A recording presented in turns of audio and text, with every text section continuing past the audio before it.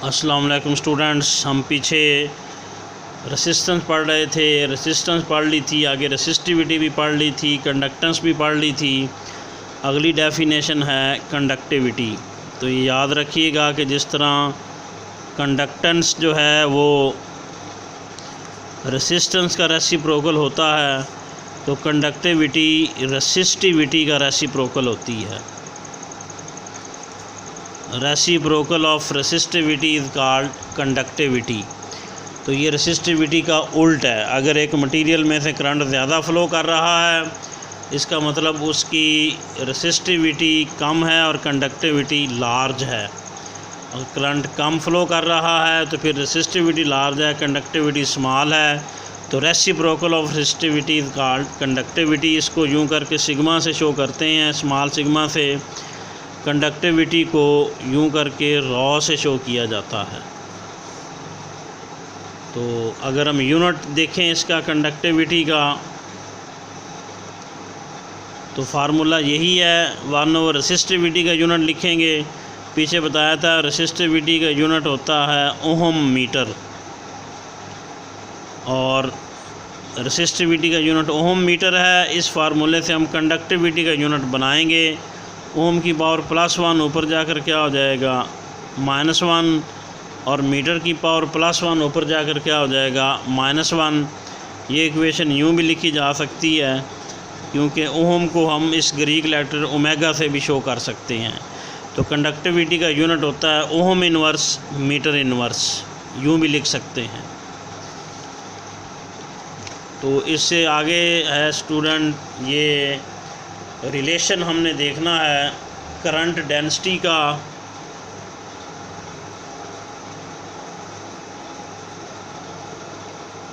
Relation between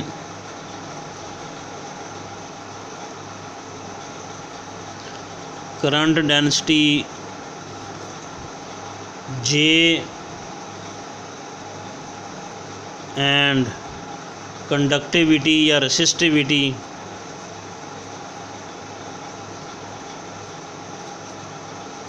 raw. Student, ये microscopic quantities होती हैं, याद रखिएगा। कंडक्टिविटी भी और रेसिस्टिविटी भी, और इस तरह करंट डेंसिटी भी। तो ये देखें, ओहम लॉ अगर हम यूज़ करें, पीछे पढ़ा था, उसके मुताबिक V किसके इक्वल होता है IR के। इसको इक्वेशन नंबर 1 कह लें। और ये ओहम लॉ के मुताबिक V IR के इक्वल हुआ करता है। और एक रिलेशन पीछे हमने ये भी पढ़ा था कि जो E है ये किसके इक्वल होता है V/D के। ये पोटेंशियल ग्रेडियंट का फार्मूला है एक तरह का, डेल्टा V और डेल्टा R वाला। तो D उधर जाकर मल्टीप्लाई करेगा तो V किसके इक्वल बनेगा ED के। V यहाँ पर ED के इक्वल होगा। तो V यहाँ पर ED के इक्वल होगा, और D डिस्टेंस जो है वो वायर की लेंथ कल हमने पढ़ी थी L के बराबर है। तो D डिस्टेंस यहाँ पर किसके इक्वल होगा L के। ये इक्वेशन नंबर 2 हो जाएगी। इन दोनों को कंपेयर करेंगे हम। V की दोनों इक्वेशनें हैं।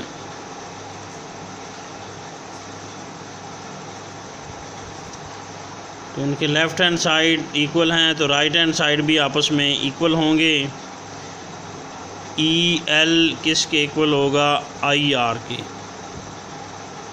तो यहाँ पर हम R की वैल्यू पुट कर देंगे।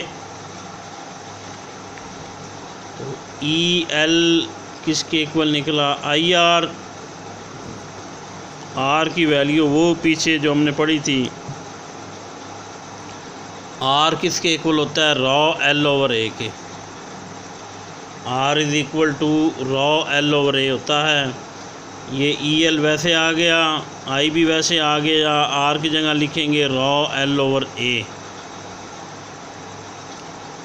तो स्टूडेंट ये L से कट गया, E इज़ इक्वल टू बनेगा I ρ/A।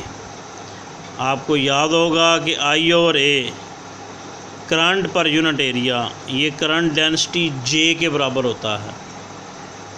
I/A ये करंट डेंसिटी J के बराबर होता है, इसकी जगह J लिख देंगे।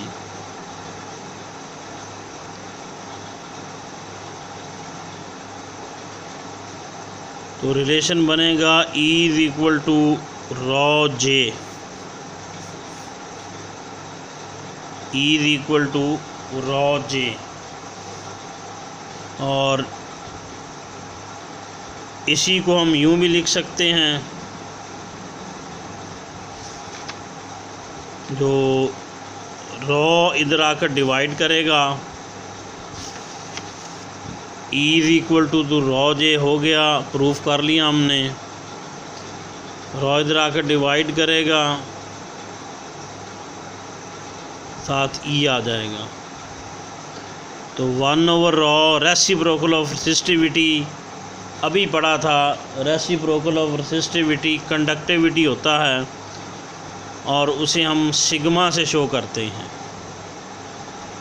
तो ये रेसिप्रोकल ऑफ रेसिस्टिविटी कंडक्टिविटी होता है, उसे हम सिग्मा से शो करते हैं। तो J = हो जाएगा सिग्मा E। वेक्टर फॉर्म में अगर हम लिखेंगे तो यूँ रिलेशन बनेगा। तो स्टूडेंट ये सिग्मा की शक्ल में रिलेशन है करंट डेंसिटी का, और ये E मालूम करने का रिलेशन है रॉ की शक्ल में।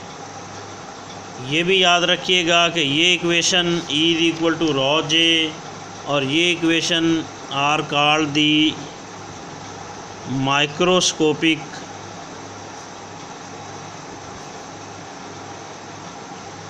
Forms of Ohm's law. ये दोनों इक्वेशनें जो हैं ये ओहम लॉ की माइक्रोस्कोपिक फॉर्म्स हैं।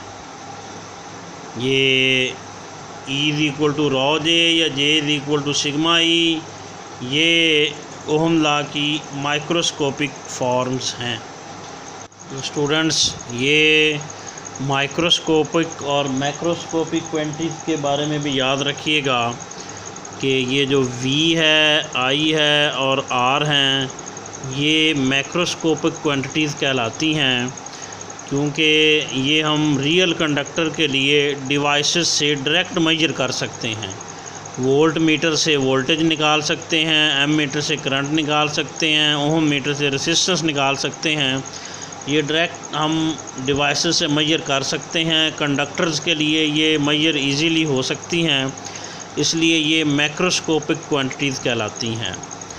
और E, रॉ और J वगैरह जो हैं ये माइक्रोस्कोपिक क्वांटिटीज़ हैं, क्योंकि इनका ताल्लुक़ मटेरियल के इंटीरियर स्ट्रक्चर पे होता है।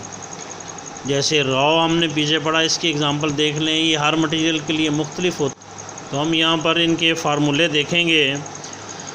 तो अभी हमने पढ़ा था, ये पहले माइक्रोस्कोपिक क्वांटिटीज़ के फार्मूले देख लेते हैं। E = था रॉ J, ये E का फार्मूला है। रॉ का फार्मूला बनेगा E/J,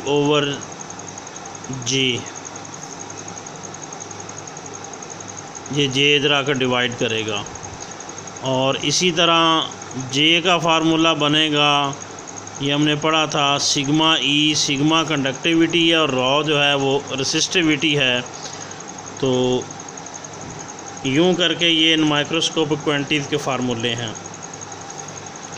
आगे हम इनके फार्मूले बना लेते हैं जो मैक्रोस्कोपिक क्वांटिटीज़ के। ओहम लॉ के मुताबिक V जो है वो किसके इक्वल होता है, IR के।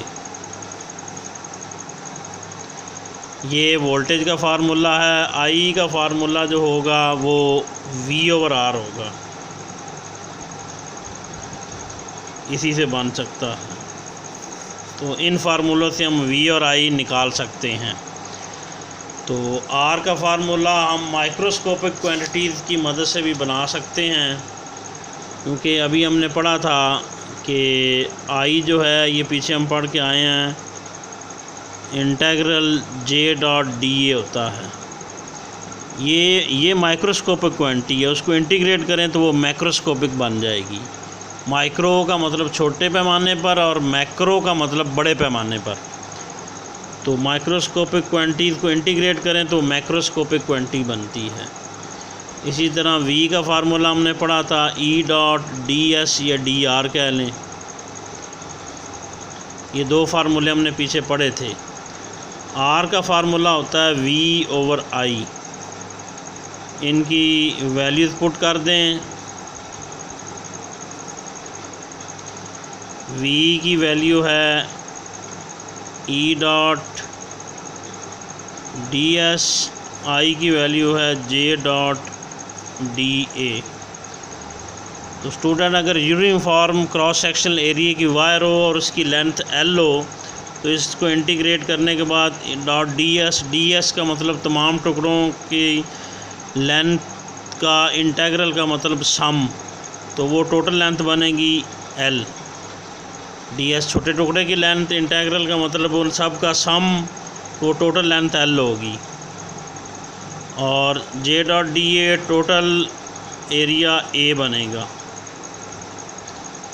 तो ये आर का फार्मूला बनेगा। यहाँ स्टूडेंट ये आर का फार्मूला बनेगा ई एल ओवर जे ए। ये पीछे हम पढ़ के आए हैं कि ये जो ई ओवर जे है ये रॉ के बराबर होता है। ये लिखा हुआ फार्मूला ई ओवर जे जो है वो किसके इक्वल होता है, रॉ के।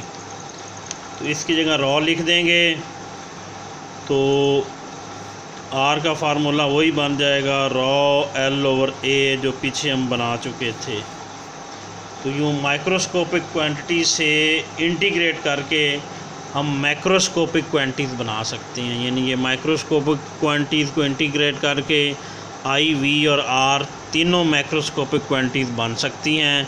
ई ओवर जे पीछे हमने पढ़ा था रॉ के बराबर होता है, ये वाला। तो इस तरह ये रॉ एल और ए, ये फार्मूला रेसिस्टेंस का भी हम पीछे पढ़ चुके हैं। तो ये आर का फार्मूला है, ये वी का, ये आई का, ये मैक्रोस्कोपिक क्वांटिटीज़ के फार्मूले हैं जो माइक्रोस्कोपिक क्वांटिटीज़ को इंटीग्रेट करके बन सकते हैं।